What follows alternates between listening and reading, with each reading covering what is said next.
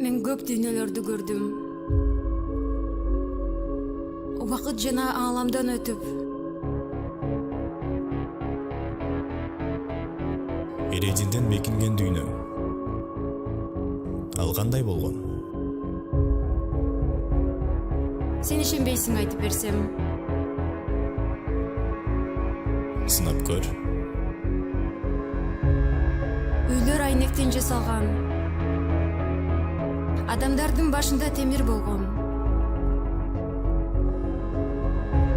Алар алыстыктан согушушкан. Мегаскопко окшогон куралдар менен.